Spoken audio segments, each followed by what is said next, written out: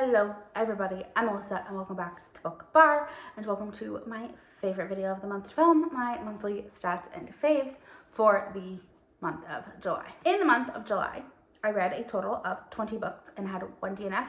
I have the first 10 books I read linked up here, and I'll have the second 10 books, 1 DNF up here. And yeah, so like I said, I read 20 books in the month for a total page length of 7,808 pages. Average page length per book was 390 pages. So pretty average. I feel like numbers wise, this was a lower month, but I read quite a few bigger books. So yeah. My star breakdown is I read 6 5 stars, 8 4.5 stars, 1 4 star, 3 3.5 stars, 1 3 star, and 1 2.5 star for an average rating of 4.3, a little bit lower than usual.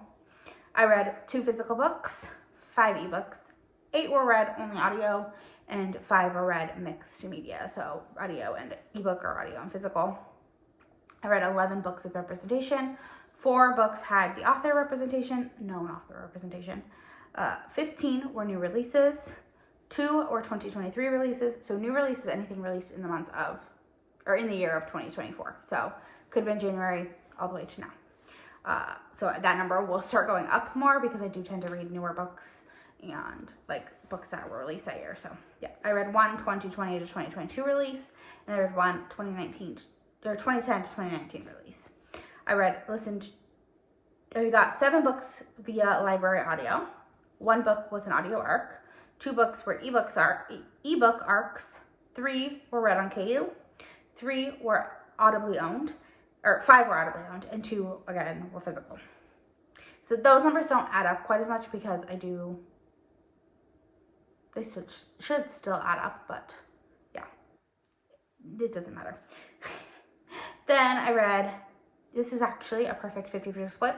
10 books were traditionally published and 10 were indie. So that's fun.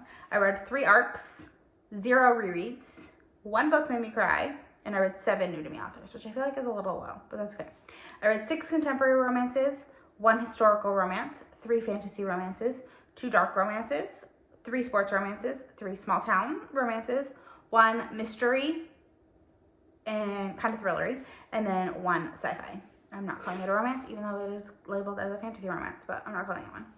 30% of my reads were had a blue cover, 15 had a green cover, 15 had a yellow cover, 15 had a black cover, 10% had a pink cover, 10% had like a lot of different colors, none that like stood out as like a main color, and then 5 had a red cover.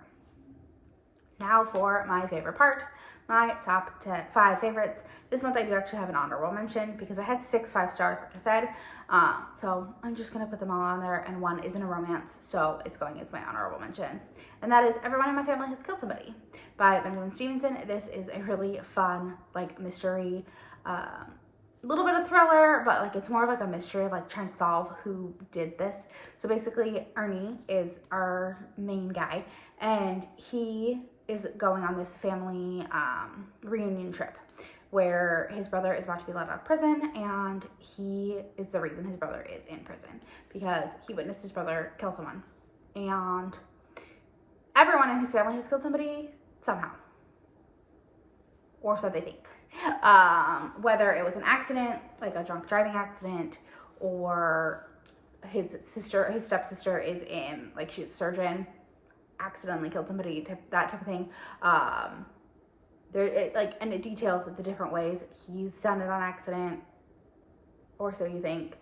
His wife's mom died in childbirth, so technically she thinks she killed somebody. So like there's different things like that like you learn as you go along.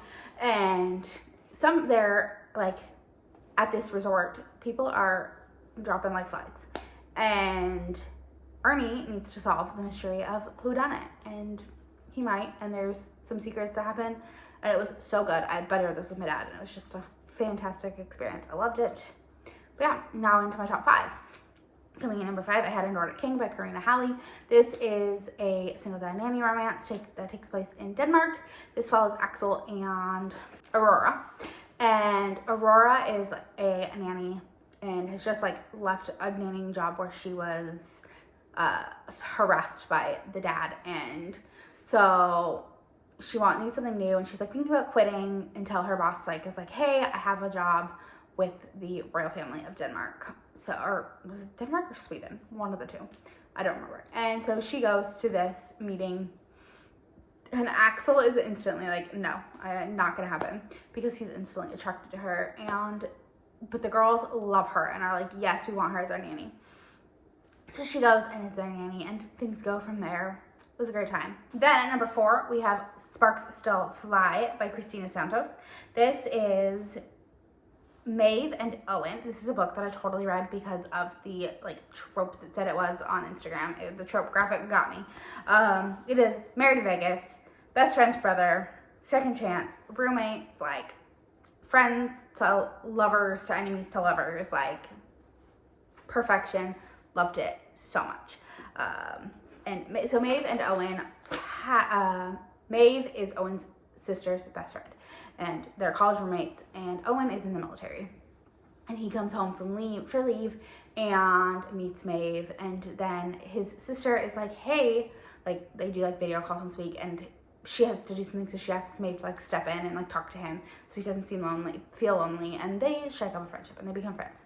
And then something tragic happens, and Maeve is there for Owen, and they hook up, and he's like, I can't be what you need, so this is just a one-time thing. And then he ghosts her completely. You learn why and what happened, and it makes sense. He ghosts her completely, and she is pissed off and hates him and can't stand him.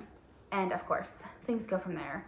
And now it's 7 years later, or it's like 3 years later, 7 from the beginning of the book, and they are pushed back together, and they end up going to Vegas and getting married together. And yeah, it was a good time, so much fun. I really enjoyed it. Then at number 3, we have Starting Line by Michae Marie. This is this is a standalone so Michae's other books. The Whispering Nothing series is a series that I am obsessed with. But this one is a standalone following 2 Olympic athletes. TJ is a gymnast and Caleb is a swimmer. I read this for my new release blog. I'll have links above. You can also hear full thoughts in my wrap up. But TJ and Caleb were in the Olympics together 4 years ago, and he was kind of a jerk to her, and so she hates him. Now it's not exactly 4 years. Like it leads up to the summer games, to the Olympic games. And it turns out that they're living in the same apartment building, and they just end up spending a lot of time together. Caleb is like, I want to show you that you don't have to revolve your whole life around gymnastics. Like you can actually have a life outside of this. And she learns that his public persona isn't really exactly who he is. So yeah, great time. Loved this. Fantastic. One of my faves, obviously. Then at number 2, we have Tesoro by Emilia Emerson. I am obsessed with this, and I cannot wait for more in this mafia world, and I just love this. This is Matteo and Sofia, and Matteo is the head of the Italian mafia in New York, and Sofia lives in Chicago with her dad. She's part of the Brava, or she's a Brava princess, but she's very much hidden away because she has a chronic illness that leads to her using a mobility aid, and her dad is appalled and disgusted. And at the beginning, there's content warnings, people talk about her, it is very, there are very derogatory terms towards her, but her husband is no, he stands up for her, loves her. Matteo and Sofia have my heart. I cried, I laughed, I felt all the emotions. I read this book in one sitting. I started it, and then I put it down and read a bunch of stuff. I read one chapter, and then one night I just picked it up and I literally read 65% in one night, and then I woke up the next morning and finished it because I needed to know. Then at number 1, we have Business Casual by B.K. Borison. This is the final book in the Love Life Farm series, and I am heartbroken that it is over. This series had my heart. Loved it. This is Charlie and Nova, and Charlie is Stella from book 1's older brother and older half brother, and Nova is Beckett from book 2's youngest sister. And they kind of had a little flirty banter all throughout the series, and it really comes to a head in this book, and I just love it. I love it so much. It's like friends with benefits to lovers. Just a great situation. But yeah, that is my stats and favorites for the month. What was your favorite book you read in the month of July?